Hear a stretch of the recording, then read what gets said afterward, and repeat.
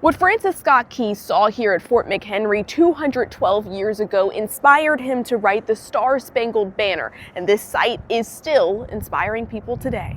The rocket's red glare and bombs bursting in air.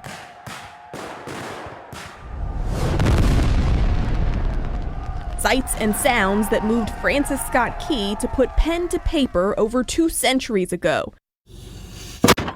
And even a taste of that experience still moves people today. There's nothing like an experience when you're actually on a boat on the water and then hearing the historian talk about the story and then hearing the cannon. Dr. Schroeder Cherry is one of 8 Maryland artists riding on the Pride of Baltimore 2 to get the same view of Fort McHenry as Francis Scott Key, an inspiration for their art commemorating America's 250th anniversary.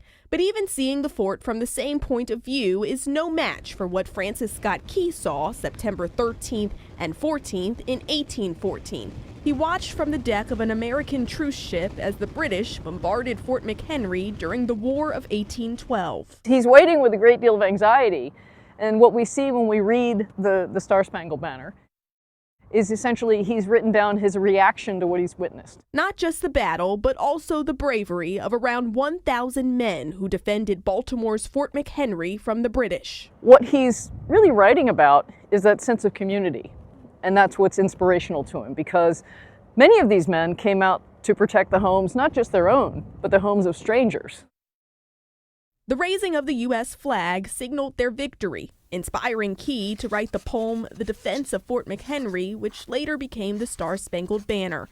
That Star-Spangled Banner flown and sewn here in Baltimore by flag maker Mary Pickersgill. What used to be her home, where she and her team made the flag, is now the Star-Spangled Banner Flag House. So we tell the story of a woman who had a major national and local impact, but yet for most people, they don't know her name. A name connected to our nation's flag and anthem. What started as an account of the sights and sounds of battle, now the very fabric of our country's story. There's a rich history at Fort McHenry of looking after the community, of defending that community, of looking after each other.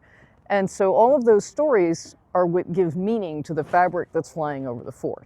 A park ranger here tells me Fort McHenry typically gets over 300,000 visitors a year, and they're expecting even more this year as people mark America's 250th anniversary right here at the birthplace of the Star-Spangled Banner. At Fort McHenry in Baltimore, I'm Brianna Ross.